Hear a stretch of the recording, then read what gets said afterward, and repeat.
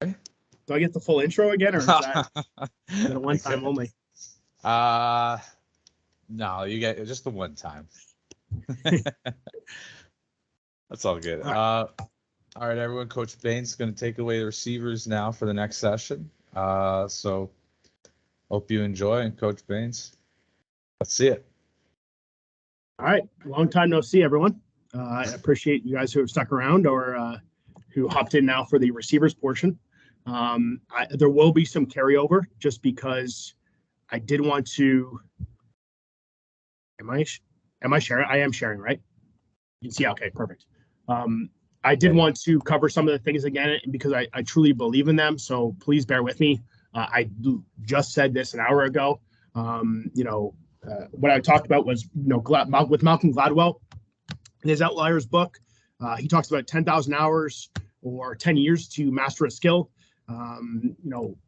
Researchers in the physical performance have said that it takes 300 to 500 reps to establish a new motor pattern. And it takes 3,000 to 5,000 reps to correct a faulty motor pattern. So within that 300 to 500 reps to establish a new motor pattern, I kind of average that at 400. If you can mimic a game and you can recreate a game situation, you can limit those reps to 25 to 30 reps. And I know I'm harping on this, but I think it's just adds to the importance of creating game-like situations for your players in practice. The biggest thing as coaches that we lack is time. It is time within it. And, even in the CFL, even in pro ball, there just isn't enough time to go around. And you have to try to, within that time frame, recreate game situations. There's ways you can do it. In practice, there's drills you can give them to do it from home, and there's things you can do online even to create that. Football is an open motor skill. An example of a closed motor skill being diving or golf, really limited in terms of factors that can change the environment. With football, so many things can change, right? I just did running backs. There's probably more things that can change with running back, but with the receivers, it's still the same. Where a DB is placed in relation to you, what the call is another one. What your route discipline is. There's so many factors that can change how you're going to approach a play. So just know that again, how we recreate game situations is going to reduce the time needed to train players. And nothing that I didn't say before. I think with all these drills that I talk about, you'd like to do it and build from a space of walk, jog, run. Walk it at first. Let them feel it. Let them experience it. Then build to jog. Then build to run. Mistakes are the foundation of truth. I truly think mistakes are just learning opportunities that we harp on it all the time here. Is we don't attack people. We don't correct people. We correct problems. So again, mistakes are just a problem that can be corrected, and they can only be corrected by attacking it early, or you start to get into this recreation of a habit, which tends to be double, if not triple, the amount of reps that you're going to get to build a new habit. So you want to try to attack these things early, and if you can attack it from a walk mode, you're going to be in great shape. As opposed to getting that habit in a run mode if you're correcting it then. So walk, jog, and run definitely within all the ways of our drills. Receiver expectations. So I just pulled out 3 things for the receivers that we've harped on in the past. And, for me, the biggest one, and it's probably the one that receivers struggles the most with, is that there's more than one way to be a playmaker. There's more than one way to be a playmaker. Being a receiver embodies so much more than who made the catch. I think you look on every play in every practice, whether it's a run, pass, or a screen, whether we are an intended receiver or not, all of us have a chance to impact the game and to make a play. So I think that mindset has to carry throughout your receiver room, has to carry throughout your team truly. I mean, in terms of wanting to make a play, but you have to be prepared to make a play in more ways than one. And it's not just catching the football. Know the intention of the play, and this is, I think, where your good from great receivers can stand out if they're on a similar kind of playing field in terms of their talent. Those that know the intention, know the release, know the split they need to take, because splits are extremely important specifically for us in the professional football world, we're extremely detailed with our splits that we want to take, the speed, the tempo of the route, the timing that we need, and the philosophy behind it. Are we trying to blow the top off? Are we trying to be the secondary read for the quarterback? Knowing this stuff to me is huge and can only add to your tool belt as a receiver. I talked about being playmakers in more than one way, but the reality is catching the football is our main job. Catching the football is our main job, and we have to be diligent at that. When we do catch the football, we're going to protect it. We talked about last with the running backs, we use two methods. We chin it with one hand, and we iron cross with two hands, chinning it, bringing it above our heart, keeping that fist close to our chin, and we iron cross it. We're bringing the opposite arm around our forearm to secure that when we do iron cross it. And to me, the receivers it's kind of like I've used this comparison before. It's like being the guitarist in a band. It's something that sure you've ran. We've ran, and receivers have ran 1,000 routes before. They've ran a 6-yard square cut. They've ran a 12-yard speed cut dig.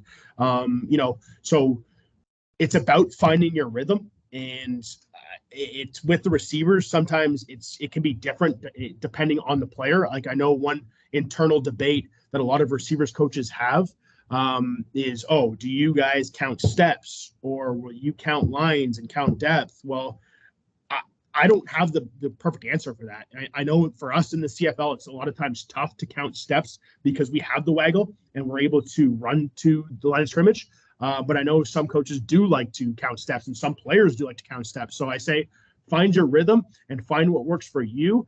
You just need to know that when the lights are on, you won't have that sheet music in front of you. You don't have the opportunity to walk or jog. You're going to have to run. So it's about finding the rhythm that works for you, and whether that's counting steps, whether that's counting lines, or whether it's just having a feel for your depth, then that's what you got to find. And I'm all about finding the rhythm and being the guitarist without your notebook here. You've repped it 1,000 times. You have to find your rhythm within those reps so that we can play freely when we do have the lights on. So everyday drills. These are things we'll do every day. And I think guys were here with everyone was here with the running backs. I say everyday drills, but those sometimes more every week drills, just depending on the game week. But everyday drills that we do is we'll do a catch progression. We'll do a top of the route finish. We'll work on the middle of the route, and we'll work at the start of the route. And if we can, we will sneak in some blocking as well. So these are the foundations we're going to try to work on.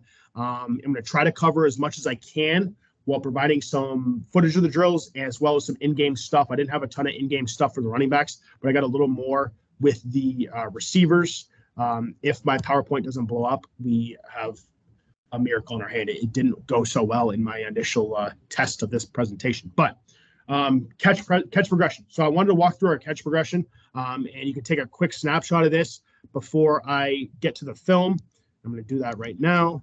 But this is our base catch progression right here. And hold on here. Got to get to my film. Okay. First thing we'll do is we'll make a frontal catch, quarterback's trying to put it 1 foot in front of the numbers. You can see how we purposely do it off of a line, and we want to hold that line as best as we can and don't stray off of it. When we're running, we'd like to ideally not till the ball's in the air, turn our shoulders. We want to turn our chin. That'll slightly turn our shoulders sometimes. We don't want to have a full turn. We don't have a full turn to slow us down. So we want to run through the catch. Quarterback's going to try to put it 1 foot in front of the numbers. With hand selection, what we talk about in our receivers room and really with the running backs as well is if the ball is above our waist, and I like what we're getting at there. We want to do our diamond technique. So that's thumbs together, pointers together. If there's any old school wrestling fans in here, it's the old diamond cutter, the Diamond Dallas Page diamond cutter. You want to give that. So you want to try to catch that thing in your fingers. You don't want to catch it in your palms. There's a distinct sound to catching the football that I love. It's kind of like if there's golfers, it's like hitting a great drive. There's a distinct sound when you know you made the perfect catch that tends to be more of it's like a suck. It's like an air suction, like a plunger, as opposed to a thump of catching it in the palms. You want to try to catch that thing as best as you can in the fingers. And if your ball does have that circular line, as our CFL ball does, like a little circular line to it at the ends of it, you want to try to focus on that as you're catching through it. But above our waist, we'll talk about thumbs together, pointer finger together, form the diamond as best as we can, catching it out front of our body, just all the way through. Let's go to next progression. We'll back shoulder this. We traditionally have told the players to turn with the ball, but you can. I've seen other coaches just say, hey, whatever way is natural, you can stay straight. What I do encourage, if we're doing a back shoulder throw, is just try to hold the line as best as possible as you do this. Again, we want to try to catch it with a diamond. Again, that's good there. Just turning with the football. Try to hold the line a little better so we're staying on our path, I'd say, with that one. It's pretty straightforward in terms of what we're looking for on the back shoulder. This is another way of working our back shoulder catch. This one is, rather than the quarterback throwing it from here, we're working kind of the same starting point as us from the line of scrimmage. This one we throw in a defender. Again, we want to try to maintain and hold our line as best as we can. When you have the defender in with you, what you're looking for to add is late hands. You want to try to give late hands as best as you can. That'll help deter the defender from reacting to it. So we'll talk about late hands when we add a defender to this drill, and hopefully get the quarterback to throw it 1 foot behind the numbers, 1 foot behind the head, really, if we're doing a back shoulder drill. So you can see it right there on the back shoulder. This is just another angle of it. Again, back shoulder. Maintain your speed. That's a good job by 82 there. This is not a good job by 14 right here. We want to try to maintain our speed. I don't like here that his shoulders are turned. He's so turned to the ball now before it's even in the air. So try to maintain your straight run, squeeze as best as we can, but keep those shoulders pointed vertically, I should say, as best as we can, and don't almost like side run into this. So this is not a great rep by 14. It was a pretty good rep by, this one's not bad by 85. This one's not bad. Staying vertical as best as we can, attacking the ball in the air with late hands. We'll work a low ball drill. When we talk about hand selection with a low ball, it's pinkies together. So we'll do pinkies together. If we got a low ball, as best as you can, you'd like to avoid ducking at the waist. You'd rather bend the knees as best as you can. So try to bend the knees as best as you can. I think ducking the waist is natural as low as you go, but you must maintain a little knee bend to this, or you will kind of trip your feet up as you run out of this. So I like what we did there. Like I said, naturally, you're going to bend at the waist a little bit, but you'd like to include a knee bend as best as possible. Try to look at this thing all the way through. Obviously not a catch there, but there is sometimes, and this is an interesting one, the in-between ball. I'm torn on it. I'm with whatever makes it comfortable for you. You could say, well, is this above his waist? Is this below his waist? I don't know. I mean, it's either or, right? So I think these in-between balls above or below the waist are ones where you can see them go either way. You can catch it thumbs together. You can catch it pinkies together, kind of whatever depends. We'll go high ball. With the high ball, what we talk about is really you again want to late hands to it. You want to have late hands to it. You want to be efficient with your movement. Ideally, you're jumping off of 1 foot. That's going to get you a little higher. This is a little too much action. So yes, we do talk a lot of times about with these high balls, we got to rip it off the backboard. Usually it's going to be some form of a contested catch. We want to rip that thing off the backboard, but catch the ball first, right? Catch the ball first, look it all the way in, then we're going to rip it off the backboard. This is just a little too much extracurricular movement for me. Be efficient with the tuck. Don't need all this extra leg movement. There's our high ball right there. Don't like how he's let this travel into his body a little too much. Want to catch it out front of us if we can. Another one we'll do every day, sideline toe tap. Pretty straightforward. We're a 1 foot inbounds league, so there's our sideline toe tap. You can kind of see some of the players simulate a release or simulate something at the top of the route before running out. That's just professional by them because we really don't have anyone there for them. But simulate what you're doing. Are you a 1-tap league or are you a 2-tap league? And try to get reps of that as best as you can. Another one, we'll do a throw by. With this one right here, this is usually when the defender is stacked on top of us and we're running some form of a curl or a square cut. So this is just a route we'll focus on keeping that hand below the numbers around his hips. Usually the hips are the easiest accessible spot to kind of contort the defender's body. So want to throw his hips by. And then within that is working your feet as you throw by and having them work in unison so that you can throw by and cut off that outside foot at the same time, then driving back for the ball. So that the throw by is another one will work. This is a good rep here. You can see his use of his outside hand to help him generate power off that cut. It's a pretty good job by 17 on that one. So don't forget, yes, the inside hand throws by, but use that outside hand to really finish back towards the football. And we'll talk about pinning the inside arm. We'll talk later in the footwork. We'll talk about pinning the inside arm and then throwing or punching that outside arm and using it to help generate our speed as well as our landmark coming back to the football. If you're feeling crazy and you want to have some fun, we'll also do some one-hand drills. One-hand drills, so you can just see we'll go one hand out front, and then we'll go one hand from behind just to have some fun. I mean, the reality is it's rare that you do get these catches, but I think the players do enjoy it sometimes to show off a little flash. I think it's become all too popular, and it's something that I know a lot of receiver coaches battle with in the post-Odell Beckham world of trying to prevent some of these things in practice. I think by giving them a drill where they can show it off, I think that can help them be more disciplined to that when they can put two hands on the ball to catch it with two hands. I know it's the flavor of the week right now to want to catch everything with one hand. So other everyday catches that we've done, and these are some that you can carry forward with you, and they're not going to be they're going to be through my PowerPoint presentation. So let's just pray here that they don't freeze my PowerPoint.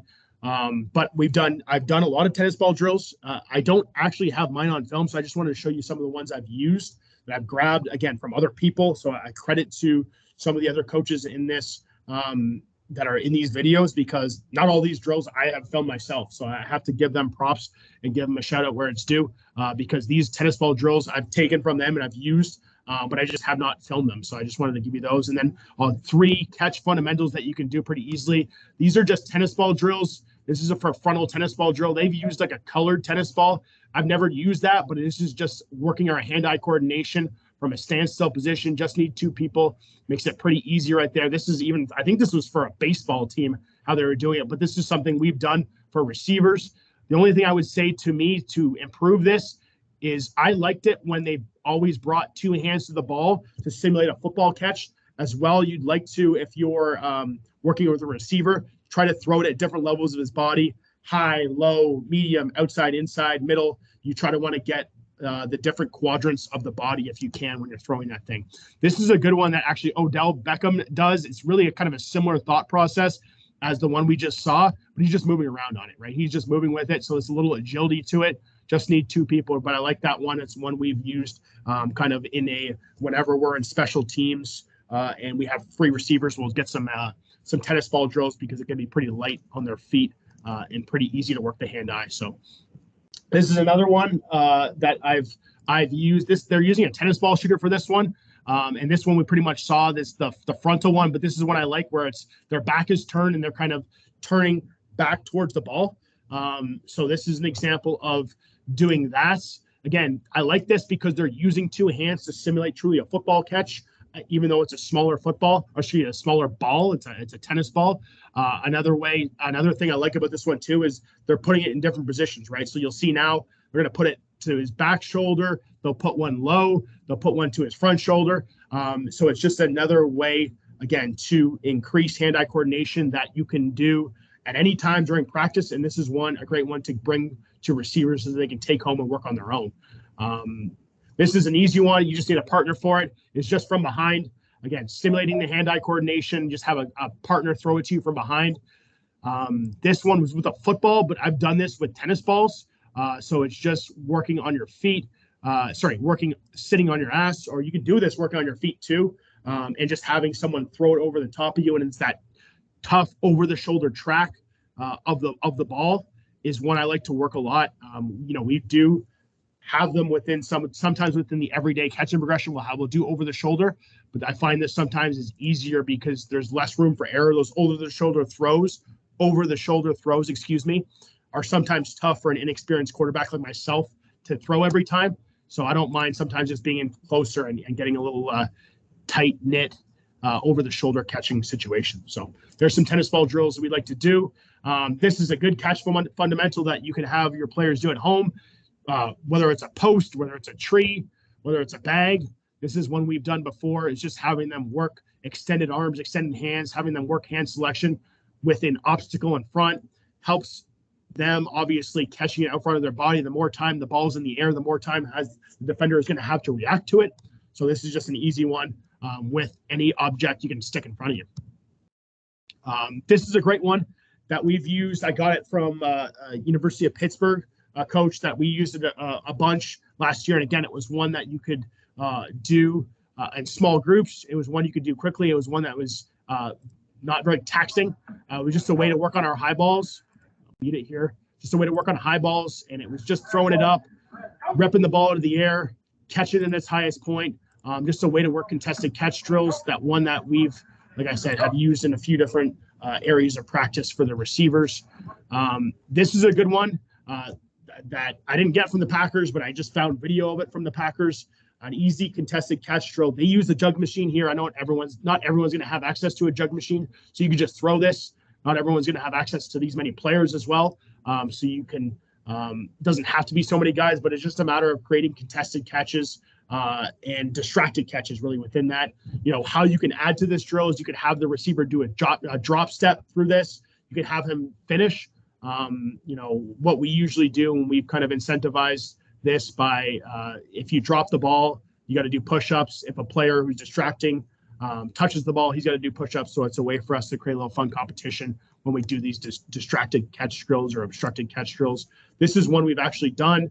In the term like the obstructed catch, we included a ladder within it too, but just throwing through windows, throwing through bodies. This is another obstructed catch drill that we've done, is trying to throw through the window so that their vision is slightly hindered as they run through the window.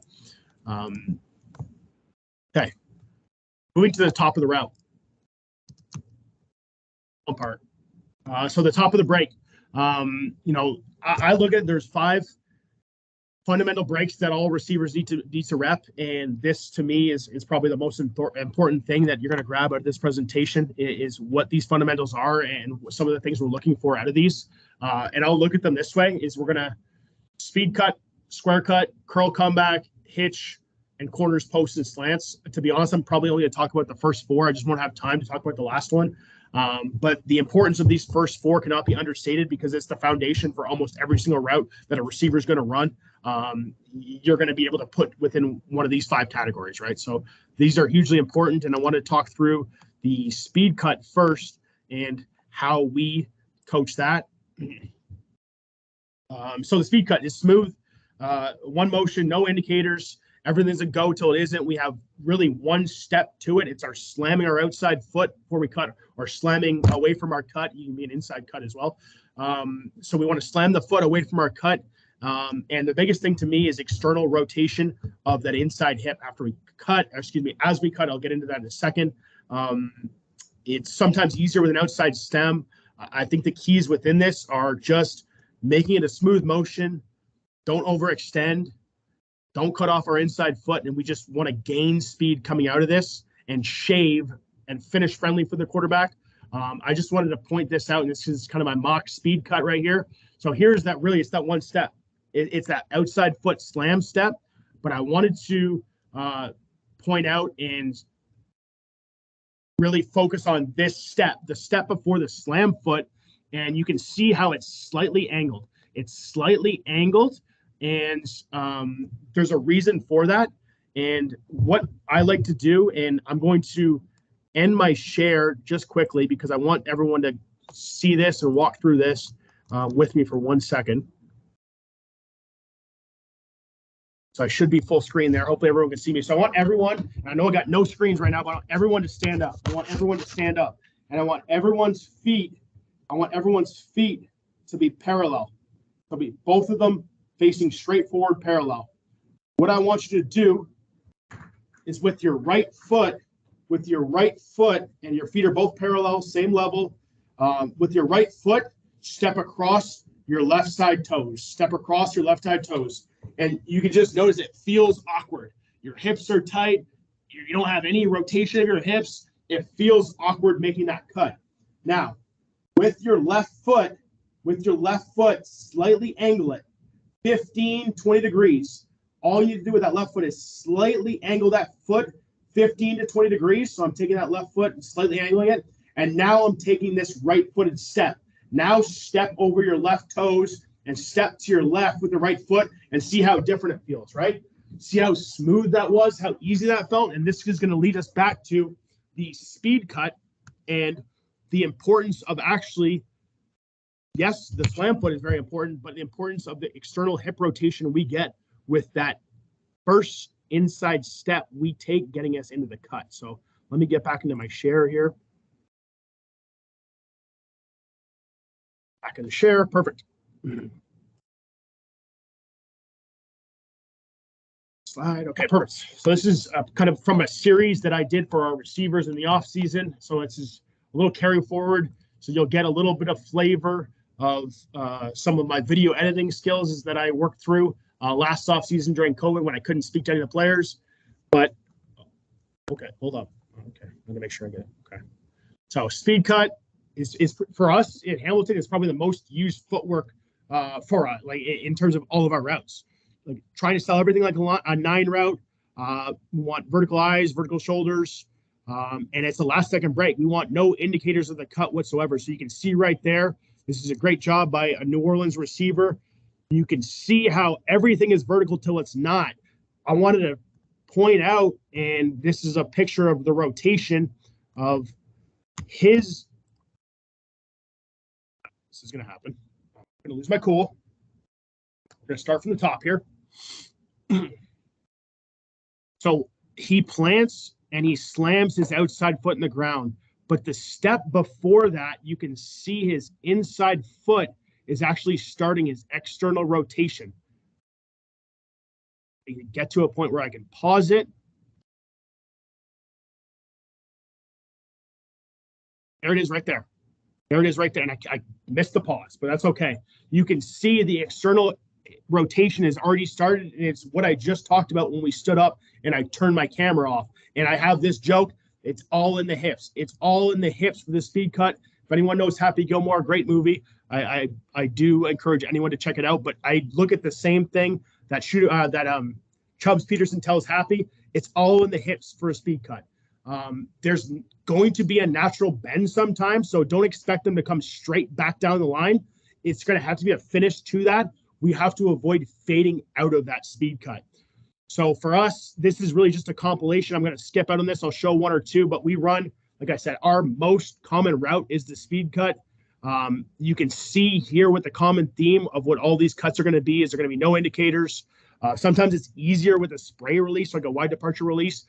There's no indicators. We want to finish friendly, finish with a slight shave, and we are going to drop our weight. We're going to try our best to drop our weight, but keeping that within our frame as best as possible. So that was a receiver that came to us that year. But that's just a few examples of the speed cut.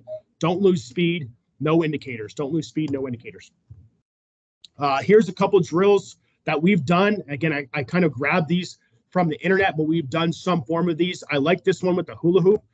If you have access to it, it's a great recreation of the timing and space for the speed cut. Like I said, the reality is you can't expect them to cut at the 20 here and to finish at the 20.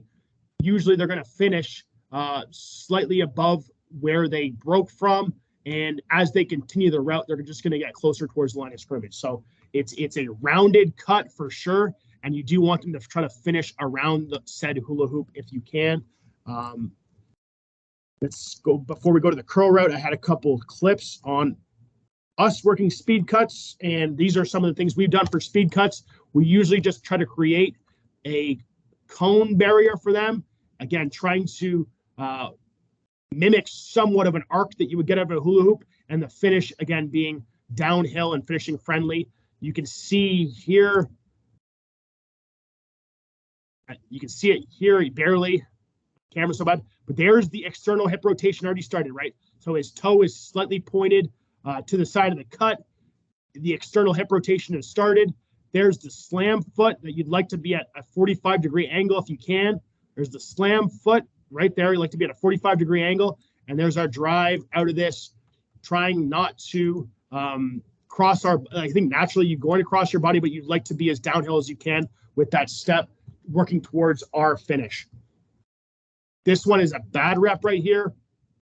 You can see here the awkwardness sometimes if you don't get the external hip rotation, it just looks naturally stiffer sometimes. It takes an extra 2 steps to get out of it. Trying to look for another one as I speed through them. I just don't have a ton of time. So that was just us repping our speed cuts. So we've done it with cones. I like the idea of running it with a hula hoop as well. Curls.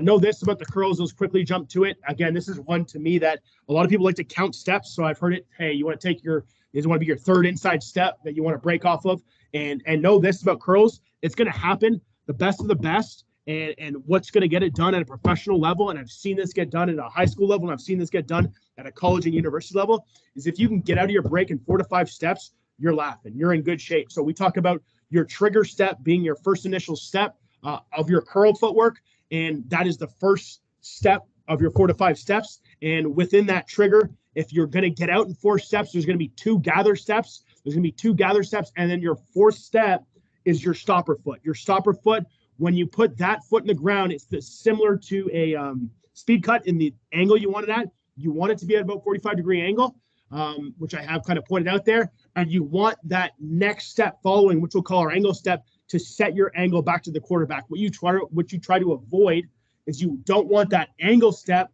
which comes after the stopper foot, to go too far past your stopper to cross your body, because what will end up happening is you'll get a rounded cut off of it. So you'll see we'll focus on that stopper foot, thinking about it like it's you're coming out of a track block. That's the last step you want to take, and you want to drive off that foot. So I just want to show a couple curl breaks from games or practices.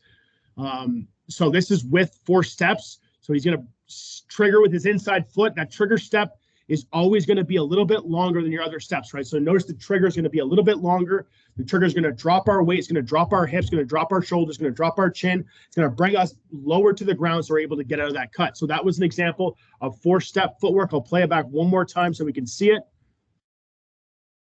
3rd inside step, if you're counting steps, triggers the 1st step with the inside foot, 2 gather steps, 1, 2, and that 4th stopper foot.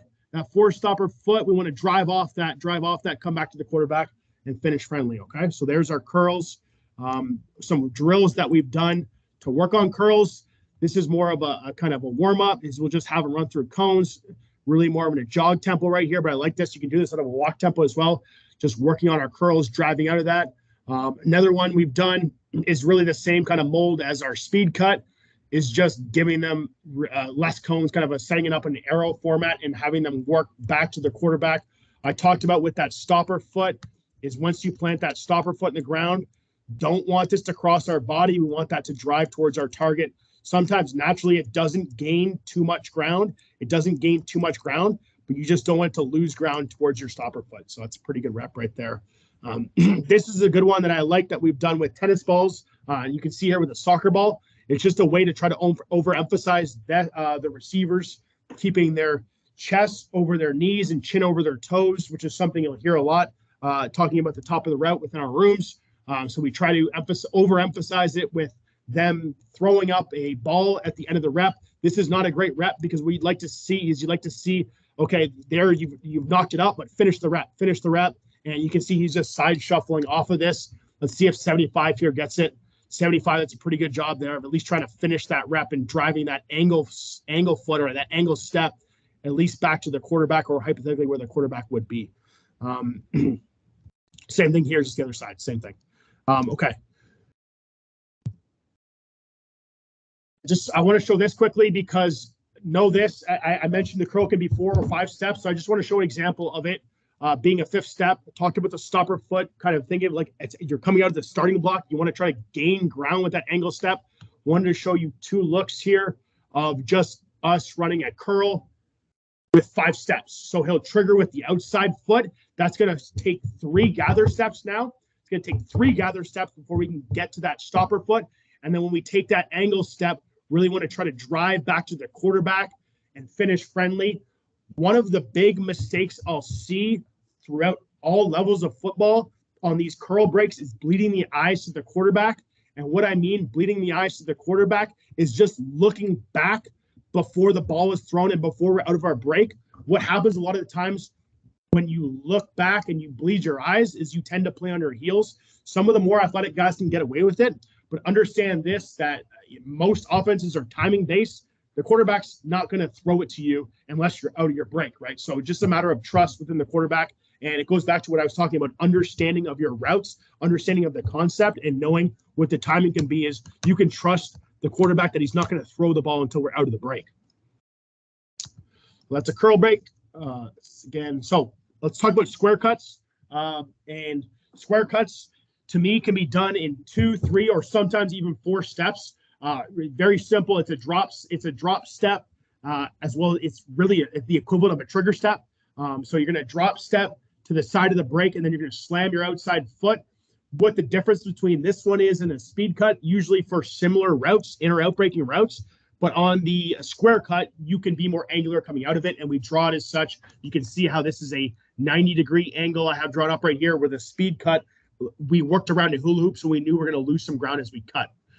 So with the square cut, like I talked about, there's a trigger or a drop step. There's a slam foot, same as the speed cut.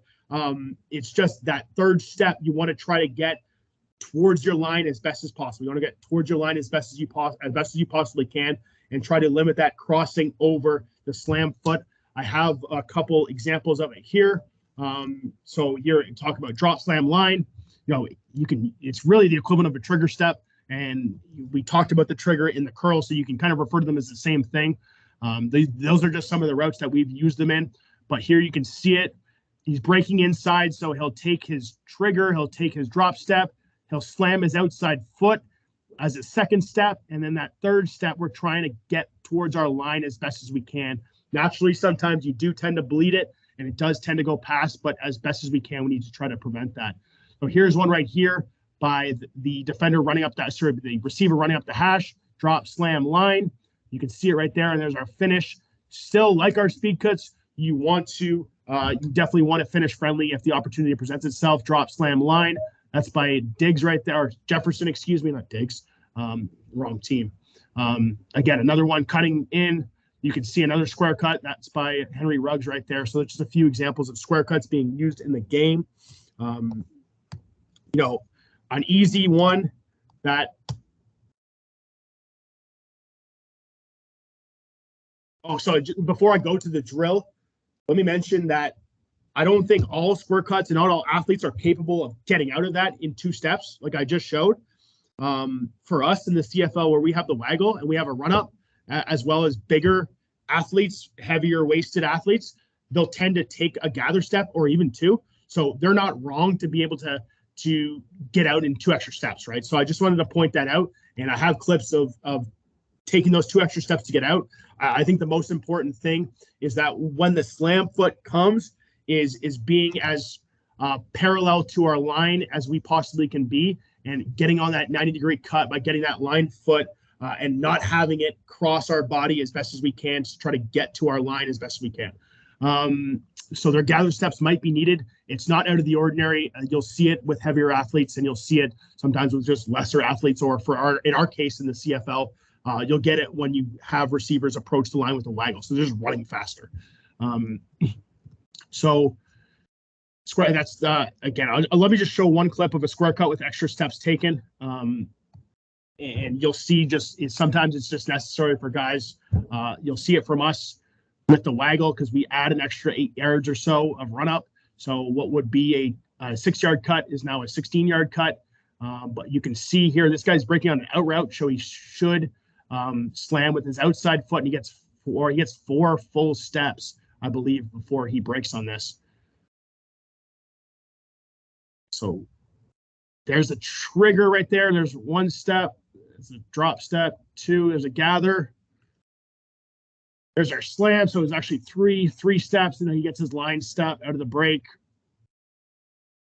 And this one, we're actually telling him to settle on that one, so he's okay to settle. But you can see some athletes are just going to take a couple extra steps there. It's not the end of the world if they do. So you don't expect everyone to get out of the break in 2 steps.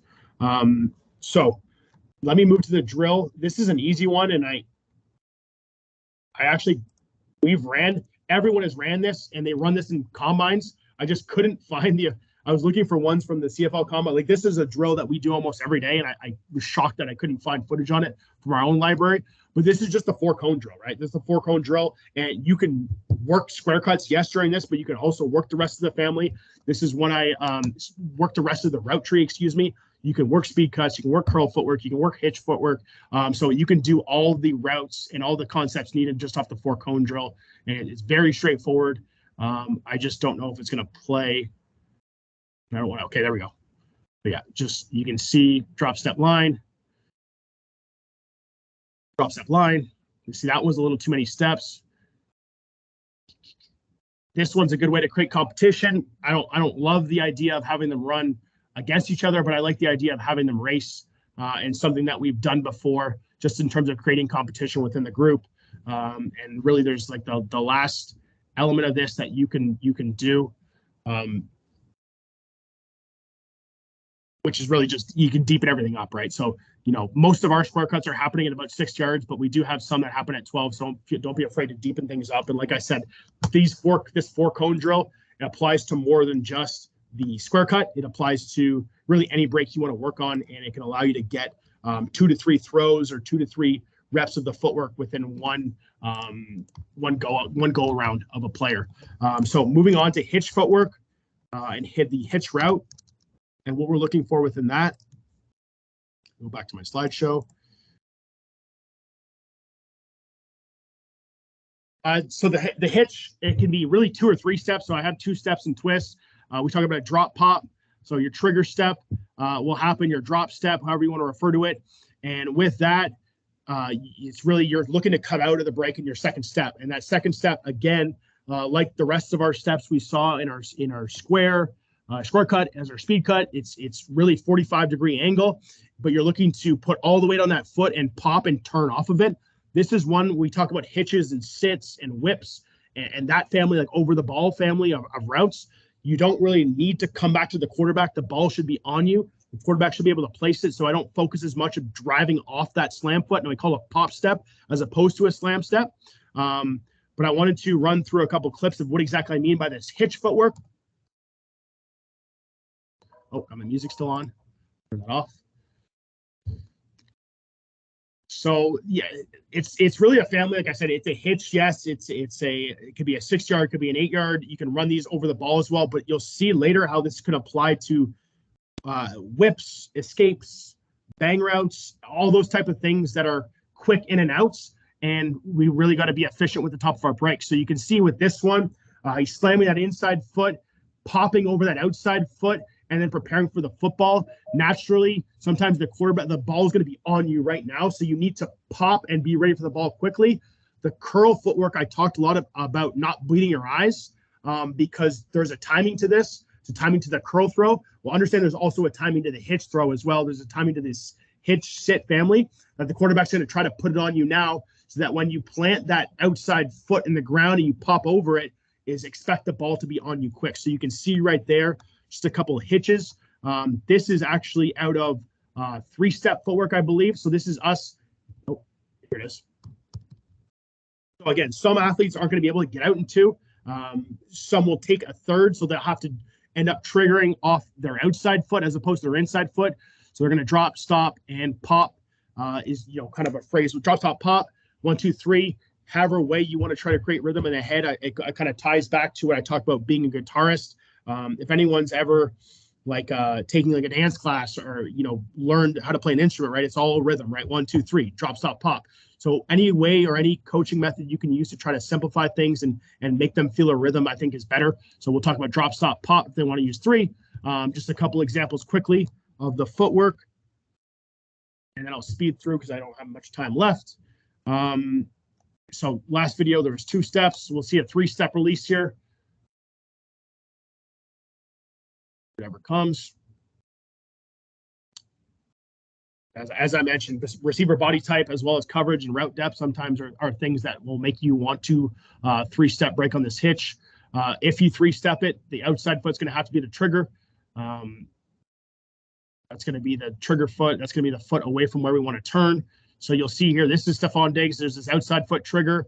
His second step stops his momentum, and his third step pops him out of it. So you'll see with those second step, that stop step, you really want to try to get every foot in the ground. You can see that last pop step almost ends up like popping over it, not trying to focus so much on getting back to the quarterback, rather on turning over as quick as we possibly can because we're expecting the ball to be in the air. This is just one where I have really, there's 3 of our receivers doing it, but you can see at the middle of the screen there, 1, 2, 3. That's a pretty good job by our middle receiver, just working a 3-step trigger footwork. This is one I wanted to show because I talked about how this applies to the whip, the hitch, and the escape family as well. So you can see here we run a I guess you would call what we would call an escape route. A whip route. So we're whipping back inside. So you notice here, and I'll rewind it one more time, how it's 3-step footwork, and I'll try to go back to it. My computer doesn't blow.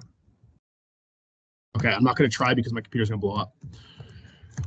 That is just an example of them running a whip using that same footwork, getting out of the break in 3 steps. And I wanted to show us working a drill. I don't have us working a hitch, but you could do that in the 4-cone drill. You could do that with just 2 cones realistically. So you could work your 2 or 3-step footwork here. This is an example of us working our whips using 3-step footwork. 1, 2, 3, 4. See, that's a little much for Ellington right there. This is the one I wanted to show you right here. So he takes that show. If we're going to whip back inside, we want to cut and start our trigger off the foot away from where we're going. So you can see triggers with the outside foot. There's his trigger step. There's his gather step or your stopper step. And there is your pop step. And then you're out of the break on your whip route. So you can see how it's very similar footwork. A lot of times for these whips, returns, escapes, however you want to refer to them within your own offense. Too many steps here, extending ourselves outside of our body. You can see here he doesn't define his trigger. He doesn't define his trigger. He kind of just does slow, short steps into this. His weight and his chest right now are too far over his heels. You want to get that chest over your knees and your chin over your toes, and you got a chance to get out of this. You got to define your trigger step to drop your weight, though. Define that trigger step. And like I mentioned about the trigger, it's sometimes going to go further past, it's going to be further past your framework than probably some of the regular steps are. And yes, we do want to stay within our framework, but you have to, within the trigger, you're going to have to get a little, and I'm going to go back to this. You're going to have to get a little extension outside your body to drop your weight. So you can see it right there. It's a little bit outside his body to help drop that weight down. You can see the difference in terms of where his helmet is more over his toes. You could say you'd like a little more. I think that's always a battle that receiver coaches fight is, we say chest over knees, chin over toes, and it's sometimes always replicate that, but I think that's a better job than the rep we just saw. Okay, moving on. Everyday drills. The catch. We talk about running through our shadow. We work the mesh every single day. So the mesh is a drill we'll work every single day, and I just want to show 2 things. Really could probably went within our everyday drill series, but we'll try to work drop steps and we'll try to work mesh in every single day. And, some teams aren't mesh teams, and they don't run a ton of this concept. But if you are, I highly encourage this because it allows you to work this drop step. If you're not working meshes, find a way to work this drop step somehow, some way. What the drop step is, guys, and girls, is if the quarterback's going to throw the ball to a shoulder. Quarterback throws the ball here to the receiver's left shoulder, and the quarterback throws the ball here to the receiver's right shoulder. They're going to pivot with the throw, turn the foot to the side of the throw as the ball's in the air, but maintain eyes and shoulders towards the football until we catch it, right? So you want to pivot with the throw, trust the quarterback to turn you, and then we can get vertical quickly. And this, to me, is one of the most underlooked things that a receiver can do. It's something very simple, very easy. But one of the biggest issues I see with young receivers is they always want to do this. And I'll show you a bad example from both sides is the quarterback's going to try to throw you to a spot. And if you end up in a situation where he's thrown him here to his left shoulder, and it now is going to take, because we haven't turned with the throw, it's going to take 2 extra steps. It's going to take 2 extra steps to get vertical right here. So you can see the example to this side, where the quarterback's thrown it to his right shoulder, hasn't really pivoted. He's got to take an extra step and round it as opposed to turning with the throw and pivoting and getting vertical now and being able to write up that hash. So this is one we'll do every day. It's a mesh drill. How much time do I have? Not much. So just want to quickly buzz through. We do work on the middle of the route, to quickly, and I don't have a ton of drills to show just so I don't have time. Just know this, to me, there's 3 types of jams. There's an offhand jam, there's a two-handed jam, there's a shadow jam. Your strategy needs to be unique for each of those.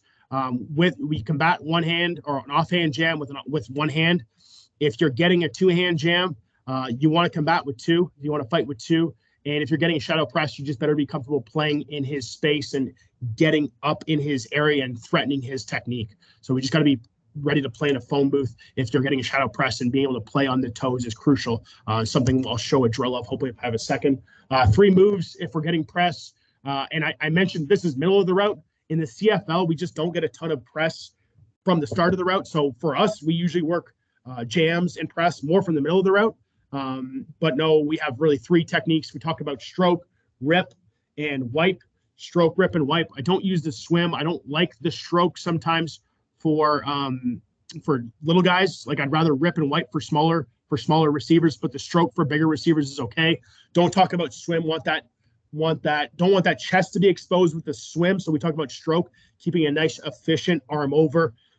Rip and wipe are both underneath, but understand rip is more violently uppercutting and the wipe is more just cleaning off, kind of like a windshield wiper.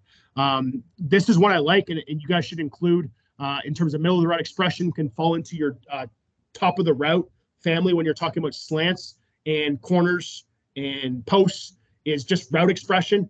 And to me, it's a great way to work quick feet as well as the route expression. To me, if you're getting man coverage, you would like to, on any 45-degree cut, have some form of expression of the route away from your going to cut before you do it.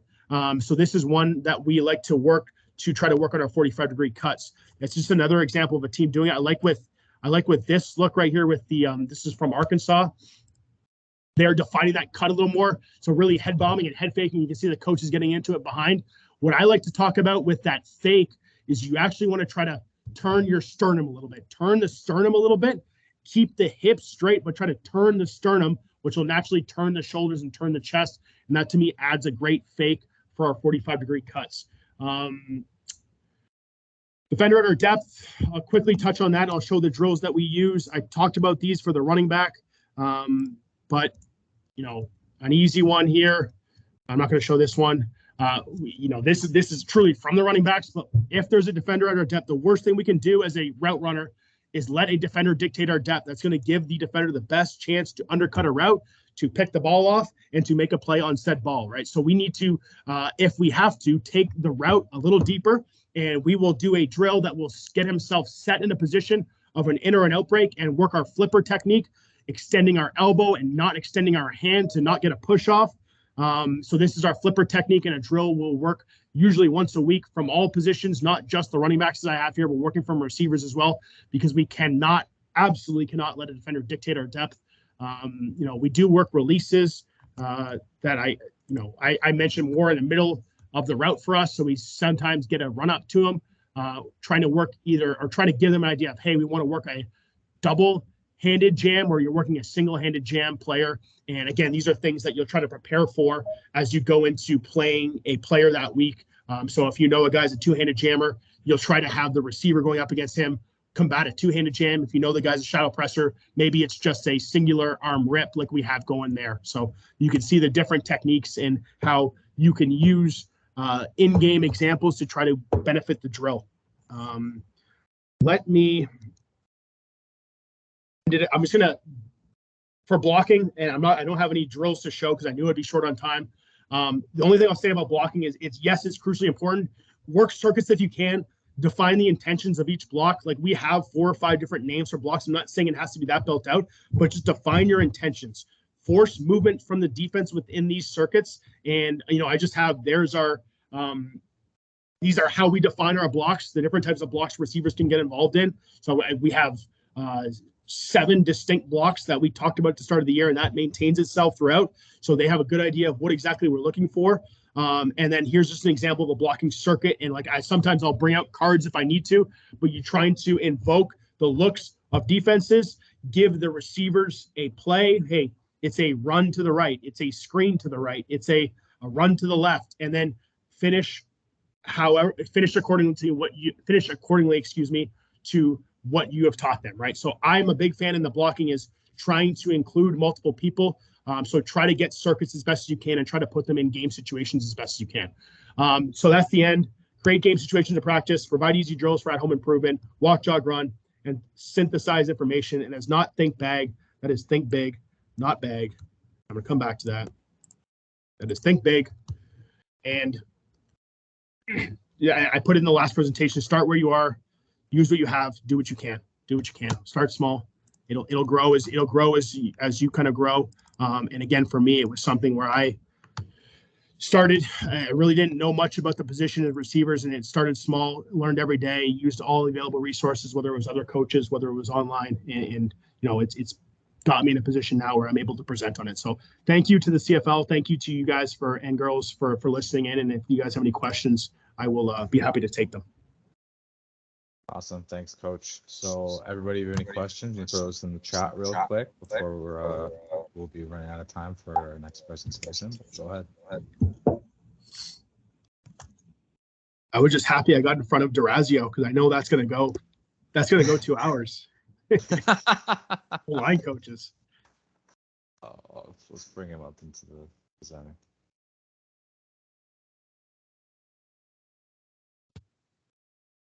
Thank you, Lee. I'm not sure how to pronounce that, but appreciate that. And I put my email in there, and obviously anyone listening, I put my email in there. It's very straightforward. It's just first initial, last name @ticats.ca. Feel free if you have any follow-up questions, just shoot me an email. I'm usually pretty active on that. No problem, Coach Butler. I appreciate that. Thank you for listening. I think I've seen you, Coach Butler, on Twitter before. I think I recognize your name. I know you're pretty active on there, and I know you've been involved with some really good stuff with 3 Down Nation does some really good stuff. I think I've seen you involved with that, and I think I see you kind of pushing videos around and trying to get coaching knowledge around the league, which is pretty cool to see from, I believe you're across the ocean. That is you. Perfect. All right. Awesome. So does not appear as though we have any questions. So I guess. Oh, that's a good question. Here's one. Yeah. Yeah, that's a great question, Daniel. And it's funny because I think I mentioned in my first expectation. I think how you motivate them is you set these standards early, you set the expectations early. And I think you have to make the point of you have to be a playmaker in more than one facet.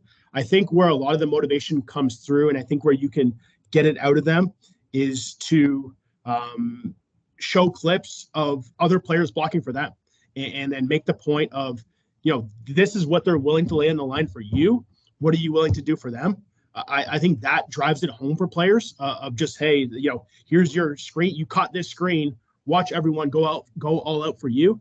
And, I always love, I don't highlight loafs necessarily, and I won't watch them, but it's something that we track here is like, we'll track loafs. And so if you're dogging it on a play, it's something we're going to track. I think, to me, driving home the point of you're a playmaker in multiple ways, and that might be blocking, as well as having some form of tracking and some form of showing what other players are doing for them, can help motivate and can help drive home the point of, hey, it's not just about what I do, and there's no play. There's no single play in football that's just one player on the field making the play, right? It takes all 12 for us, 11 for some others, to get a play. So I think those things would help motivate a receiver to block. Awesome. Thank you, Kelly. All right, Coach. I think we'll cut off the questions there. I don't believe there are anymore, but thank you very much for your time, and two great sessions. I'm sure everybody enjoyed. Thank you very much, Lawrence. Appreciate you guys. Appreciate the CFL, and hopefully, if we can run this again next year, I'll I'll be able to do another 2 position groups. So, Awesome. Looking forward to it. all right. Thank you. Have a good one.